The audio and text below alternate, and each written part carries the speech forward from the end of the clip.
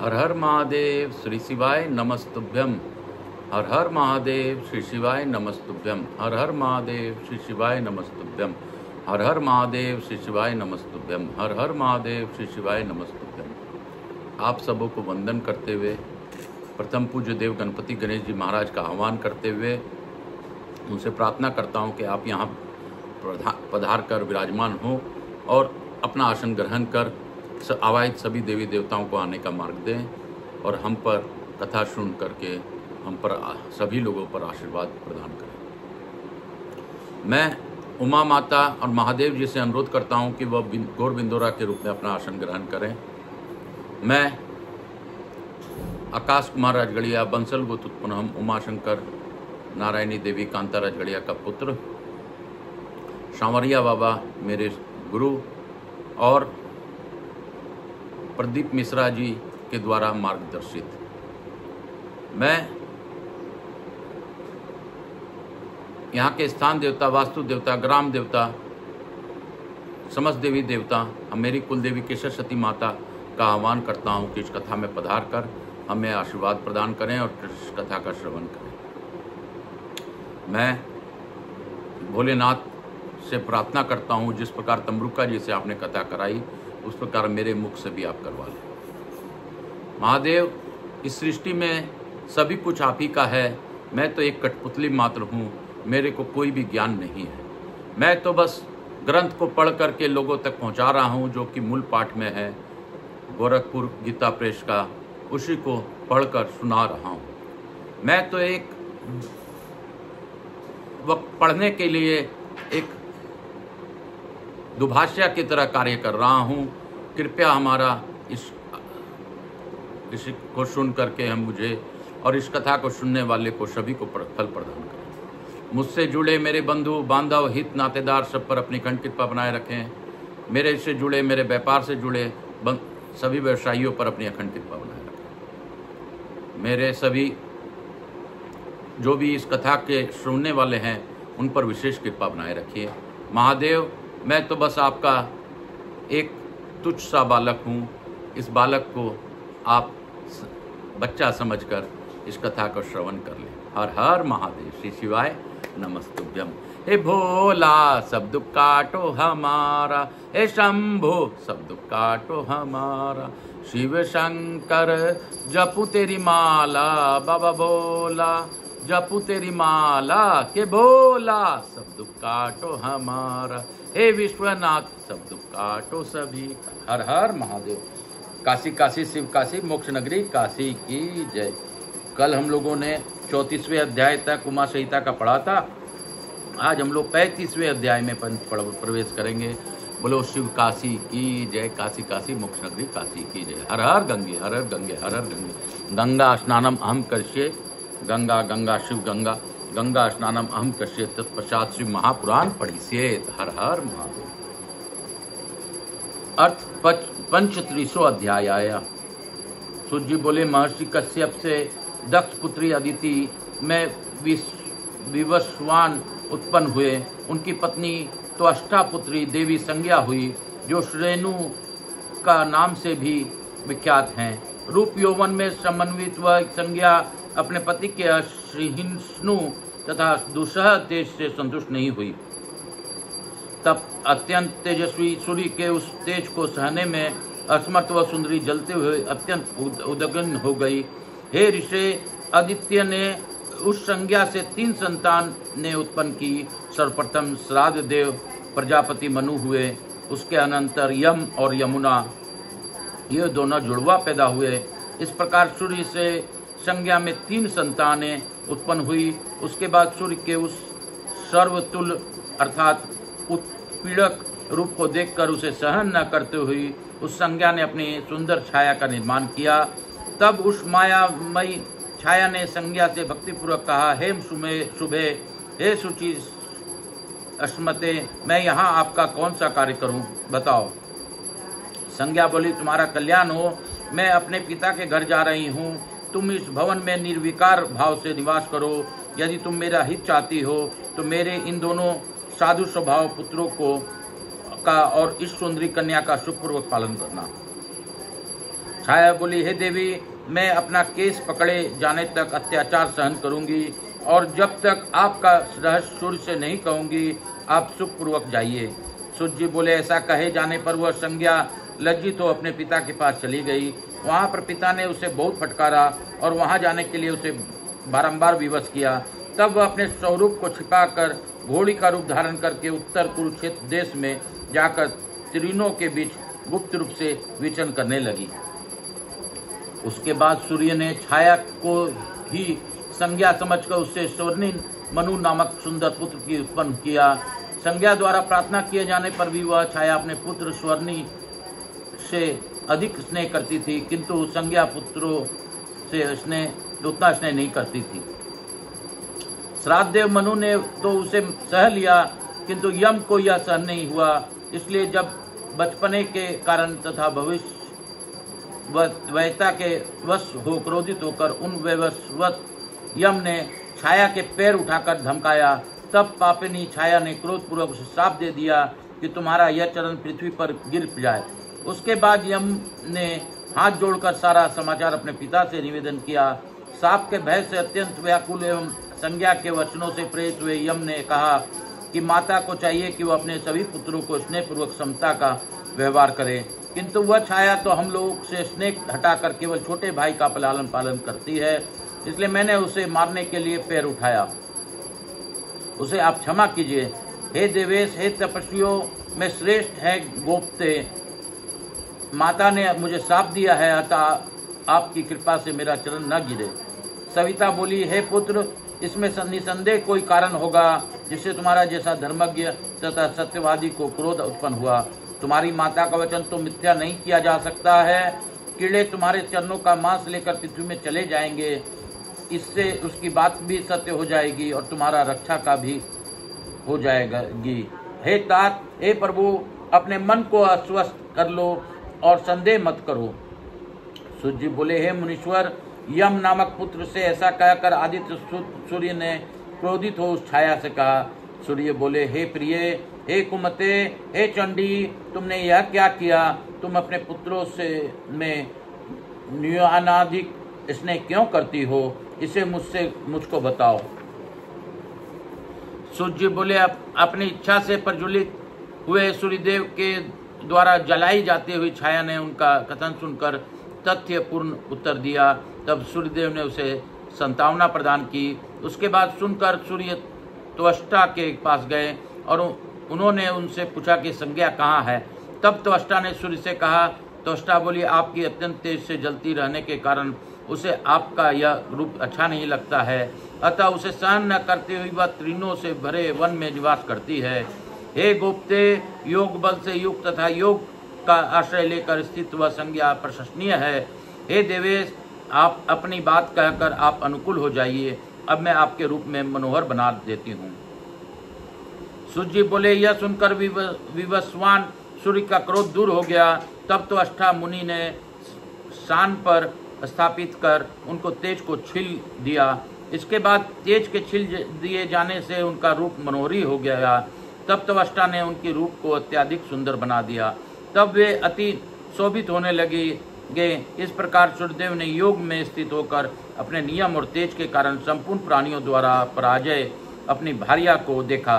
तब अश्व का रूप धारण कर सूर्य संघ की इच्छा से वह वहां पहुंचे। हे मुने, तब संघ के लिए चेष्टा करते हुए सूर्य को देखकर पर पुरुष को शंका से युक्त संज्ञा ने उनका शुक्र मुख से लेकर नासिका में धारण कर लिया। उससे वेदों में श्रेष्ठ युगल अश्विनी कुमार देवता उत्पन्न हुए। वे दोनों अश्विनी कुमार नासत्य अथवा दस्र कहे गए हैं। उसके बाद सूर्य ने उसको अपने मनोहर रूप का दर्शन कराया। तब आत्मस्वरूप अपने पतिदेव को आदरपूर्वक देखकर वह संज्ञा प्रसन्न हो गई। उसके बाद प्रसन्न मुख वाली वह सती पति के साथ अपने घर चली गई। इस प्रकार दोनों स्त्री पुरुष प्रीति से युक्त हो पहले से अधिक प्रसन्न हो गए। माता के तिरस्कार रूप इस कर्म से अत्यंत व्यथित धर्मराज यम धर्मपूर्वक प्रजाओं को प्रसन्न करने लगे। उस कर्म से महातेजस्वी धर्मराज को पितरों का आधिपत्य तथा लोकपाल पद प्राप्त हुआ। तपोधन स्वर्णिका को भी प्रजापति मनु का पद प्राप्त हुआ। वे अपने उस कर्म से वे वस्वत मनु के बाद स्वर्णी मनवंतर के मनु होंगे। वे प्रभु आज भी सुमेरु पर्वत पर घोर तप कर रहे हैं। लोक में उन्हें मनु कहा जाता है, वह स्वर्णी भी कहा जाता है।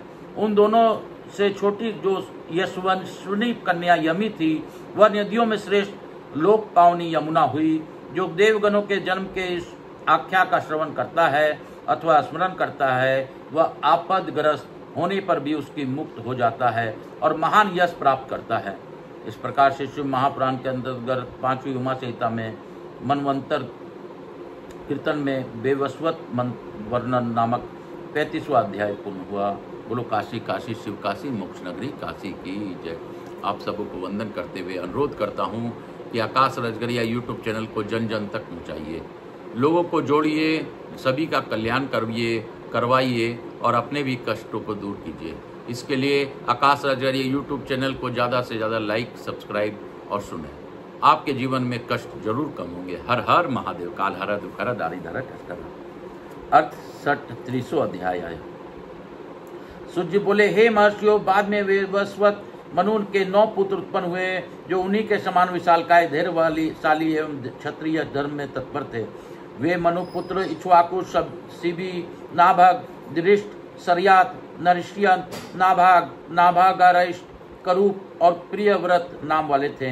हे मुनिश्रेष्ठ, किसी समय पुत्र की कामना वाले प्रजापति मनु ने यज्ञ किया, किंतु उस यज्ञ में पुत्र उत्पन्न नहीं हुए। अपितु दिव्य वस्त्र धारण की हुई, दिव्य आभूषणों से विभूषित तथा दिव्य अंगों वाली इला नामक कन्या उत्पन्न हुई। तब दंडधारी मनु ने उससे कहा, हे इड्डा, तुम मेरा अनुसरण करो। इस पर इडा ने पुत्र की कामना वाले उन प्रजापति मनु से यह धर्म सम्मत बात कही।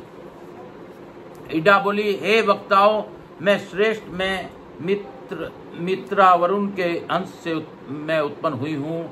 मैं उन्हीं दोनों के पास जाऊंगी। मेरी रुचि इस प्रकार के अधर्म में नहीं है।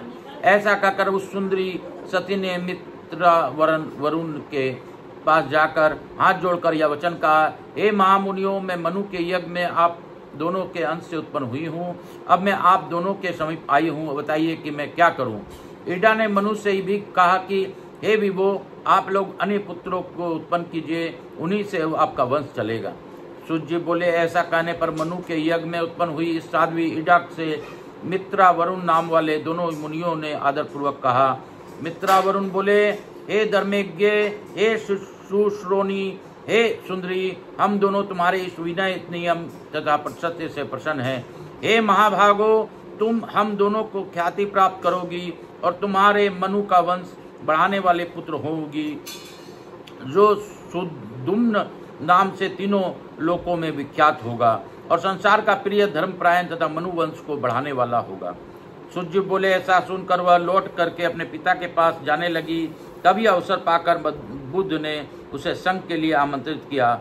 उसके पश्चात चंद्रमा पुत्र बुद्ध से इस इडा में राजा पुरुरुवा की उत्पत्ति हुई। वह पुत्र अत्यंत सुंदर, बुद्धिमान और उन्नत था, जो आगे चलकर उर्वशी का पति हुआ। इस प्रकार प्रेम पूर्वक पुरुरुवा नामक पुत्र को जन्म देकर वह शिव जी की कृपा से पुनः सुदुमन हो गई। सुदुमन के 3 परम धार्मिक पुत्र हुए, उत्कल गए तथा पराक्रमी विनतावशव। हे विप्रो, उत्कल की राजधानी उत्कला उड़ीसा हुई। विनताश्व को पश्चिम दिशा का राज्य मिला। और हे मुनि श्रेष्ठ, गए की राजधानी पूर्व दिशा में गया नाम की पुरी कही गई है। हे तात, मनु के दिवाकर के शरीर में प्रविष्ट होने पर इस पृथ्वी के इक्ष्वाकु ने 10 भागों में विभक्त किया। ज्येष्ठ पुत्र इक्ष्वाकु ने मध्य प्रदेश प्राप्त किया।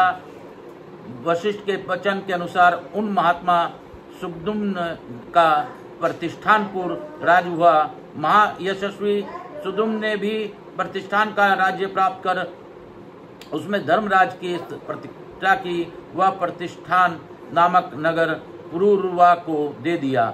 हे मुनिश्रेष्ठों, इस प्रकार जो मनु पुत्र सुगदुम्न थे, वे स्त्री पुरुष के लक्षण से युक्त राजा हुए। निर्ष्यंत के पुत्र शक हुए, नभक के पुत्र अम्बरीश हुए। उन्हें भाक देश प्राप्त हुआ। सरियाती ने युग्म संतान की उत्पन्न किया, जिसमें पुत्र अनार्त नाम से प्रसिद्ध हुआ, तथा कन्या का नाम सुकन्या हुआ, जो शायवन की पत्नी बनी। अनर्त के पुत्र का नाम रेव्य था, जो रेवत नाम से प्रसिद्ध हुए, और जिनकी कुशल स्थली नामक पुरी अनार्त देश में थी, जो परम दिव्य तथा सप्त महापुरियों में क्रम से में 7वीं मानी गई है। उन रेवत के 100 पुत्र हुए, जिनमें कुकुम्बी ज्येष्ठ थे। वे उत्तम, तेजस्वी, महाबली, पारागमी, धर्मपरायण और ब्राह्मणों के पालन करता थे। कुकुम्बी से रेवती नामक कन्या हुई, जो परम सौंदर्य युक्त तथा दूसरे लक्ष्मी के समान दिव्य थी। किसी समय सबके स्वामी राजा कुकुम्बी अपने कन्या के साथ लेकर उसके लिए ब्रह्मा जी से वर पूछने हेतु ब्रह्मलोक में गए। उस समय वहां गायन हो रहा था। अवसर पाकर वे भी क्षण मात्र ब्रह्मदेव के पास रुककर गान नृत्य सुनने देखने लगे। हे मुनियों, उस मुहूर्त मात्र में बहुत से युग बीत गए, किंतु उन कुकुम्बी राजा का इसका कुछ भी पता न लगा। इसके बाद उन्होंने ब्रह्मा जी को नमस्कार कर हाथ जोड़ करके विनीत भाव से परमात्मा ब्रह्मा जी से अपना अभिप्राय निवेदन किया। उनका अभिप्राय सुनकर वे प्रजापति कुशल मंगल पूछकर महाराज कुकुम्बी से हंसकर कहने लगे। ब्रह्मा जी बोले, हे राजन, हे रेव्य पुत्र, हे कुकुम्बी, हे पृथ्वीपते, मेरी बात प्रेम पूर्वक सुनिए। मैं पूर्णतः सत्य कह रहा हूँ। आप जिन वरों को हृदय से चाहते हैं, उन्हें काल ने हरण कर लिया है। अब वहाँ उनके गोत्र में भी कोई नहीं रहा, क्योंकि काल सबका भक्षक है। हे राजन, पुण्य जनों एवं राक्षसों ने आपकी पुरी को भी नष्ट कर दिया है। इस समय चल रहे 28वें द्वापर में श्री कृष्ण ने पुनः उसका निर्माण कराया है। अनेक द्वारों वाली इस मनोरम पुरी का नाम द्वारावती है। वह वासुदेव आदि भोज, ऋषिन तथा अंधक वंशियों से सुरक्षित हैं। हे राजन, अब आप प्रशंसित होकर वहीं चले जाइए और अपनी इस कन्या को वसुदेव पुत्र बलदेव को प्रदान कर दीजिए। सूत जी बोले, इस प्रकार आज्ञा प्राप्त कर वे राजा कुकुम्बी उन्हें नमस्कार कर कन्या के साथ उसी पुरी को गए और बहुत से युगों को बीता हुआ जानकर परम विस्मय को प्राप्त हुए। उसके बाद उन्होंने अपनी रेवती नामक युवती कन्या को सिद्ध ही विधि पूर्वक श्री कृष्ण के ज्येष्ठ भ्राता बलराम को अर्पित कर दिया। तत्पश्चात वे महाप्रभु राजा मेरु के दिव्य शिखर पर चले गए और तपस्या में निरत होकर शिव आराधन करने लगे। ऋषि बोले, हे सूत जी, वे कुकुम्बी बहुत युगों तक ब्रह्मलोक में स्थित रहे, किंतु युवा रहकर ही मृत्यु लोक को लौटे। हम लोगों को यह महान संशय है। सूत जी बोले, हे मुनियों, वहाँ पर ब्रह्मा जी के समीप किसी को भी जरा, क्षुधा, प्यास आदि विकार एवं अकाल मृत्यु आदि कुछ नहीं होता है। अतः वे राजा तथा वह कन्या जरा एवं मृत्यु को प्राप्त नहीं हुए और वे अपनी कन्या के लिए वर हेतु परामर्श करके युवा ही लौट आए। इसके बाद उन्होंने श्री कृष्ण द्वारा निर्मित दिव्य द्वारकापुरी में जाकर अपनी कन्या का विवाह बलराम के साथ कराया। तदंतर उन धर्मानिष्ठ महाप्रभु बलराम के 100 पुत्र हुए और श्री कृष्ण के भी अनेक स्त्रियों से बहुत से पुत्र हुए। उन दोनों को महात्माओं का पर्याप्त वंश विस्तार हुआ और उसके वंशज धर्मात्मा क्षत्रिय प्रसन्न होकर सभी दिशाओं को फैल गए। हे दोजो, इस प्रकार शरियाती के वंश का वर्णन किया। अब अन्य मनुष्य पुत्रों के वंश का वर्णन संक्षेप में करता हूँ, आप लोग आदर पूर्वक सुनिए। नाभाग ऋष्टिका जो पुत्र हुआ, उसका ब्राह्मण तत्व को प्राप्त किया। वह अपना क्षत्रिय वंश की स्थापना करके ब्राह्मण क्रमों से युक्त हुआ। घृष्ट से धाष्ट्र उत्पन्न हुए, वे भी क्षत्रिय थे, किंतु पृथ्वी पर ब्राह्मण तत्व के अधिक से युक्त हुए। कुरुष के पुत्र कारुष क्षत्रिय हुए, जो युद्ध में के मध्य में उन्मत्त रहते थे। मनु के ही एक पुत्र निऋग हुए, जो विशेष रूप से महादानी थे। वे ब्राह्मणों को अनेक प्रकार की संपत्तियां तथा गोवों का प्रदान करते थे। वे गोदान विधि में गड़बड़ी होने से अपने कुबुद्धि से तथा अपने पाप से गिरगिट की योनि को प्राप्त हुए। बाद में श्री कृष्ण ने उनका उद्धार किया। उन्हें परायती नामक एक पुत्र हुआ जो धर्मात्मा था। इस प्रकार मैंने व्यास जी से जो सुना उसे संक्षेप में कह दिया। गुरु के मनु के पुत्र वृषधन पुरुषग्र को गोपालन में नियुक्त किया। वे वीरासन में स्थित होकर सावधानी पूर्वक रात्रि में गायों की रक्षा करने लगे। किसी समय गायों का क्रंदन सुनकर वे जग गए और गायों को हिंसा करने के लिए गौशाला में आए हुए व्याघ्र को मारने के लिए वे बलशाली वृषधन हाथों में तलवार लेकर दौड़े। उन्होंने शेर के भ्रम में किसी बछड़े का सिर काट दिया और वह व्याघ्र खड्ग धारण किए हुए उन राजाओं को देखकर भयभीत हो भाग गया। उस रात्रि में वर्षा तथा आंधी से बुद्धि नष्ट हो गई जाने के कारण वे भ्रम में पड़ गए थे। अतः वे व्याघ्र को मारा जानकर अपने स्थान को लौट गए। रात्रि के व्यतीत हो जाने पर वे प्रातःकाल उठकर गौशाला में गए। वहां उन्होंने व्याघ्र के स्थान पर बछड़े को मरा हुआ देखा। तब वे बड़े दुखी हुए। इस बात को सुनकर गुरु ने बिना कारण जाने और बिना विचार किए उन अपराधी पृषद को श्राप दिया कि तुम इस क्षत्रिय न रहकर शूद्र हो जाओ। इस प्रकार क्रोधपूर्वक कुलाचार्य गुरु के द्वारा शापित हुए पृषद वहां से निकल गए और घोर वन में चले गए। वे उस काष्ठ से इतनी दुखी हुए कि विरक्त होकर उन्होंने योग का आश्रय लिया और वन की अग्नि में अपने शरीर जलाकर परम गति को प्राप्त हुए। मनु के एक अन्य पुत्र कवि शिव का अनुग्रह प्राप्त कर महाबुद्धिमान हुए। उन्होंने इस लोक में दिव्य सुख भोग कर परम दुर्लभ मुक्ति प्राप्त की।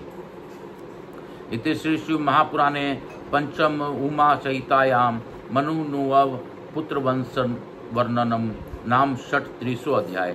श्री इस प्रकार से शिव महापुराण के अंतर्गत 5वीं उमा संहिता में मनु के 9 पुत्रों का वंश वर्णन नामक 36वां अध्याय पूर्ण हुआ। बोलो काशी विश्वनाथ की जय। काशी काशी शिव काशी मोक्ष नगरी काशी की जय। गुरु आज्ञा लेकर मैं आज की कथा को यहीं पे विराम दूंगा। आप सबों से पुनः विनती करता हूँ, आकाश राजगरिया यूट्यूब चैनल को ज़्यादा से ज़्यादा लोगों तक पहुँचाइए, लाइक कीजिए, सब्सक्राइब कीजिए, सुनिए और सुनाइए। आपके जीवन के कष्ट जरूर कम होंगे। हर हर महादेव। काल हरा दुख हरा दारी धरा कष्ट हरा हर हर महादेव। हर हर महादेव। भोला सब दुख काटो हमारा, हे शंभु सब दुख काटो सभी का। शिव शंकर जपू तेरी माला के बाबा, बोला जपू तेरी माला के बोला। सब दुख काटो सभी का, हे शंभु सब दुख काटो सभी का। हम लोग लघु आरती करेंगे। कर्पूर गौरम करुणावतारम संसार सारम भुजगेंद्रहारम सदा वसंतम हृदयारविंदे भवम भवानी सहितम नमामि। श्री राम जय राम रघुपति राघव राजा राम। श्री राम जय राम रघुपति राघव राजा राम। श्री राम जय राम प्रभु राम। श्री राम जय राम श्री राम जय राम रघुपति राघव राजा राम। मैं प्रथम पूज्य देव गणपति गणेश जी महाराज से अनुरोध करता हूँ कि लक्ष्मी जी महारानी रिद्धि सिद्धि शुभ लाभ कुबेर जी महाराज के साथ हमारे यहाँ निवास कर सभी पर अपनी अखंड कृपा बनाए रखें। आवाहित समस्त देवी देवताओं से अनुरोध करता हूँ कि हमें आशीर्वाद देकर, सभी को आशीर्वाद देकर अपने स्थान को गमन करें। पुनः बुलाने पर फिर पधार कर हमें आशीर्वाद दें। मैं गौर बिंदोरा के रूप में महादेव और मैया पार्वती उमा माता को धन्यवाद देता हूँ कि उन्होंने इस कथा का श्रवण किया और हमसे भावपूर्वक कथा सुनी। इसके लिए कोटि कोटि धन्यवाद। मैं अपने भोलेनाथ से प्रार्थना पूर्वक अनुरोध करता हूँ कि जो भी इस कथा का ऑनलाइन श्रवण करे उन पर अपनी विशेष कृपा बनाए। मुझसे जुड़े, मेरे व्यापार से जुड़े सभी पर अपनी अखंड कृपा बनाए रखें। और जो भी मेरे पितर हैं, पूर्वज हैं, सभी पर अपनी अखंड कृपा बनाए रखें। पूर्वजों को मुक्ति प्रदान कीजिए, आगे की गति दीजिए। और जो भी इस कथा को ऑनलाइन श्रवण करे उनके भी पूर्वजों को आगे की गति और मुक्ति प्रदान कीजिए। हर हर महादेव। काल हरा दुख हरा दारी धरा कष्ट हरा हर हर महादेव। घर घर महादेव। हर हर महादेव। घर घर महादेव। ए बोला सब दुख काटो सभी का। शंभो सब दुख काटो सभी का। हर हर महादेव।